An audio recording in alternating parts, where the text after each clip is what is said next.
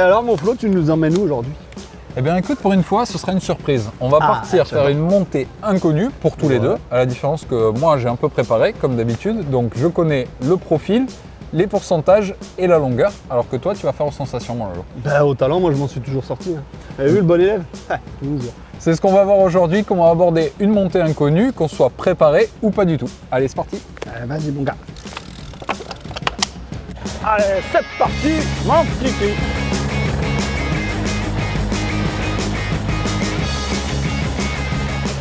Bon, première chose à ne pas faire, c'est ce que je suis en train de faire, c'est-à-dire commencer la bosse à fond. Alors je sais que parfois, on a des bonnes sensations, du coup on se dit tiens, je vais monter à ce rythme-là, là je suis pas mal. Mais vous n'avez aucune idée de la longueur, ni de la distance de la montée. Du coup, ça peut vite devenir compliqué. Deuxième conseil qui se rapproche du premier, c'est celui de trouver son allure. Et quand je dis son allure, c'est la sienne personnelle. Ne vous mettez pas à suivre les copains qui, eux, ont leur allure et qui est trop intense pour vous. Donc, la bonne allure, c'est quoi? C'est celle qui vous permet de maintenir une discussion, comme là, de moi à vous. Donc, quand vous ne connaissez pas le nombre de kilomètres, c'est très important parce que vous pouvez vite casser le moulin. Le point suivant, c'est tout simplement de se fixer des objectifs. Et oui, vous ne savez pas où vous mettez les pieds, donc il vous faut de la motivation. Fixez-vous le virage suivant, le platane suivant, ou plein d'autres points, ou alors même le sommet quand on l'aperçoit. Attention, il peut être traître. Des fois on croit que c'est le sommet de la bosse, mais ça bascule un peu et ça remonte derrière. Mais bon, l'objectif reste le même, arriver en haut, sain et sauf.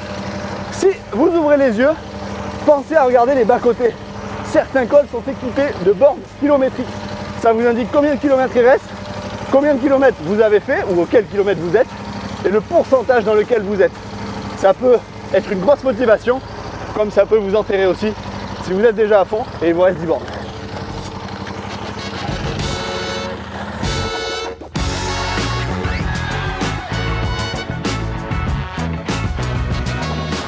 Rien ne sert de courir, il faut partir à point. Cet adage a jamais autant de sens que dans une montée qu'on ne connaît pas. Et Loïc est sur le point de s'en rendre compte. L'avantage de préparer, c'est qu'on sait à quoi s'attendre, que ce soit d'un point de vue de la distance ou dans ce cas-là d'un point de vue de la pente. Et ce qu'il ne sait pas encore, c'est qu'un mur nous attend sur la fin de cette découverte.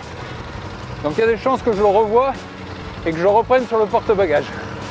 Une montée ou un col à vélo, c'est un peu comme un voyage.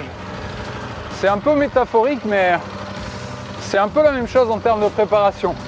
Il y a ceux qui aiment bien partir à l'aventure, découvrir au fil du parcours, et il y a ceux qui ont peu de temps, qui du coup veulent pas en manquer une miette, et du coup préfèrent être bien préparés. Et bien c'est un peu le même état d'esprit. Si vous avez peu de temps pour performer sur une montée, mieux vaut la préparer, savoir à quoi s'attendre, prendre des points de repère, des conseils, parce que dans les applications aujourd'hui il est facile de discuter, de lire les commentaires des autres, et surtout préparer ses braquets en amont plutôt que de se retrouver coincé dans la pente, et également bien contrôler la météo, parce que si le soleil est là, en particulier en montagne, ça peut vite tourner. En montée, le compteur c'est votre meilleur ami. Évidemment, il ne faut pas rester le nez coincé dessus, mais il va vous donner toutes les informations utiles du moment que vous avez préparé votre carte. Vous allez savoir en temps réel le pourcentage, mais surtout la pente à venir. Si vous allez avoir un petit moment de répit pour récupérer, avec un replat ou une descente, ou au contraire, un mur qui vous attend, en quel cas, il va falloir penser à souffler. En tout cas, tous ces conseils de préparation vous apportent un plus, c'est certain, mais rien ne change les conseils de Loïc. Se fier aux sensations, c'est toujours important. L'un sans l'autre ne sert à rien. Donc continuez à vous écouter, soyez préparés et surtout, profitez.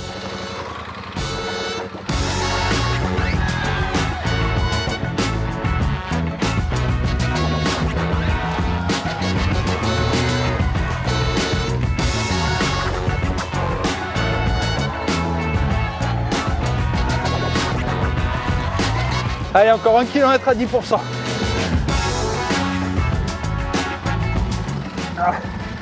J'aurais su, je ne serais pas parti si fort. Hein.